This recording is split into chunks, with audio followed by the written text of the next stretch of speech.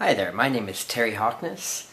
When I was a young kid, my favorite comic book series was Action Comics because I loved Superman so much. And I always dreamed of owning an Action Comics #1. As I grew up, I landed up dealing in collectibles, and comic books was always my specialty. And it's been fun to watch how Action Comics #1 has become probably the best investment collectible in the entire world. And what I wanted to do was take some of my interest in comic book history and taking an aspect from investing in comics and how they have been a good choice for collectors to get into.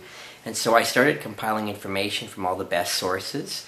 And of course the best source that there is the Overstreet Comic Book Price Guide, which is published annual by Robert Overstreet. And it's the best place to start. But what I wanted to do was look at the history of investing in these books and look for trends and just see how well and good choice it is to invest in comic books.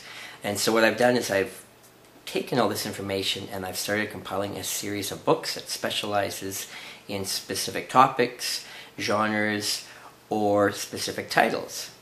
And so I'm just going to show you a few examples today. Here's the first one, which is Investing in Comic Books, and this one looks specifically at The Brave and the Bold, which is one of the most successful DC Comics titles ever.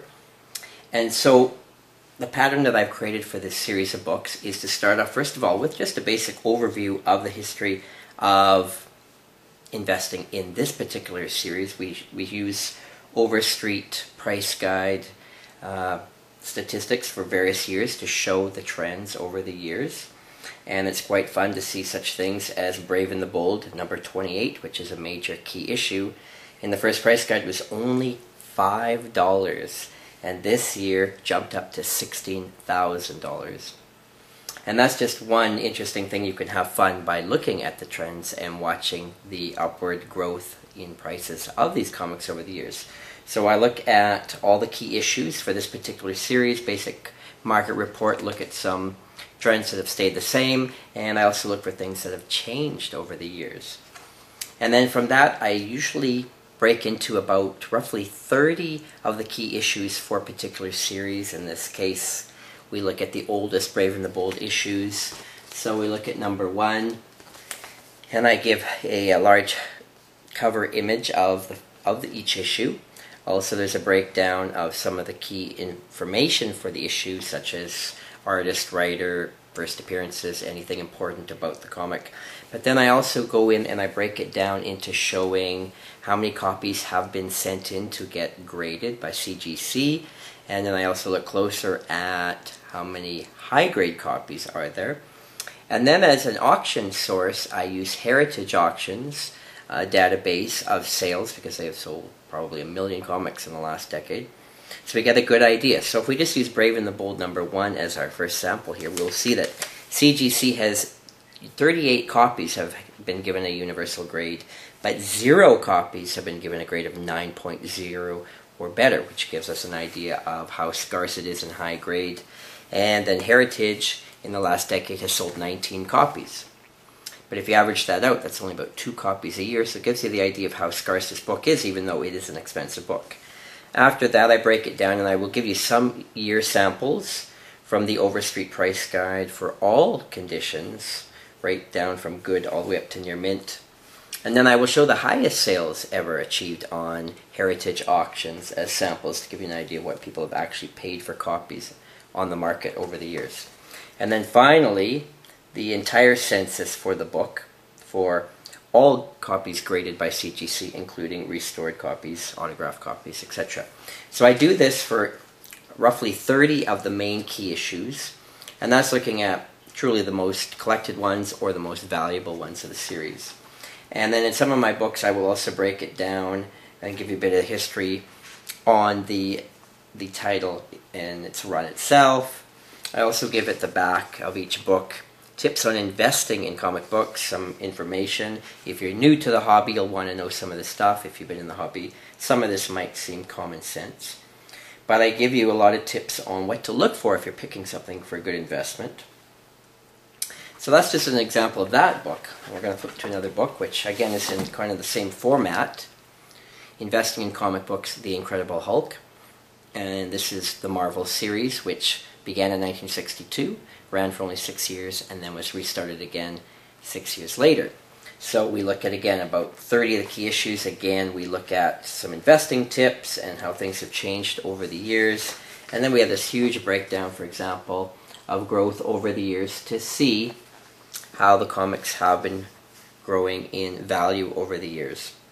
And then again, once again, the same thing. We look at the breakdown, information on each issue, cover image, some samples of Overstreet Price Guide prices in all conditions, the highest sales from heritage auctions, and all of the CGC census for all copies sent in to get graded in the last decade. And in this book, for example, I also have a history of the character of the Incredible Hulk. So if you're just a general fan, you want to know more about all the key issues and what's been happening and who's worked on the series since 1962, you can learn a lot there. One of my favorite things to do, though, is taking specific themes or genres or publishers and compiling a special book of what is the hottest issues, best investment books per topic.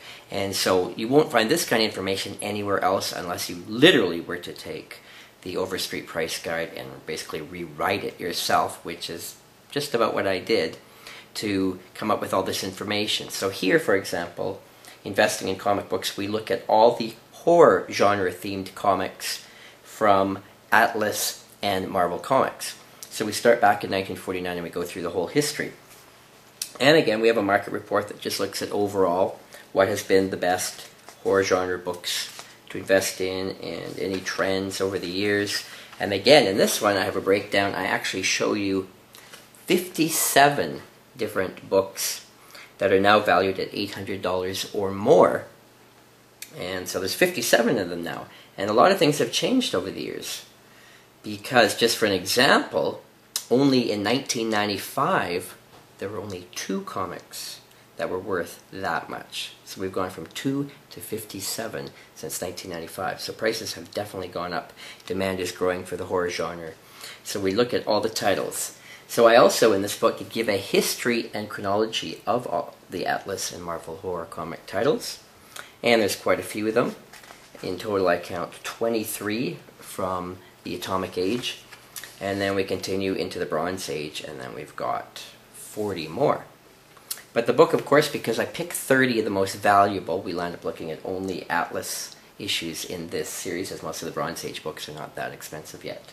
And so again, you get the idea. We ran through a whole bunch of the main titles: Journey into Mystery, Journey into Unknown Worlds, Marvel Tales, and all the most valuable and key issues from all these series: Mystery Tales, Mystic, and on and on.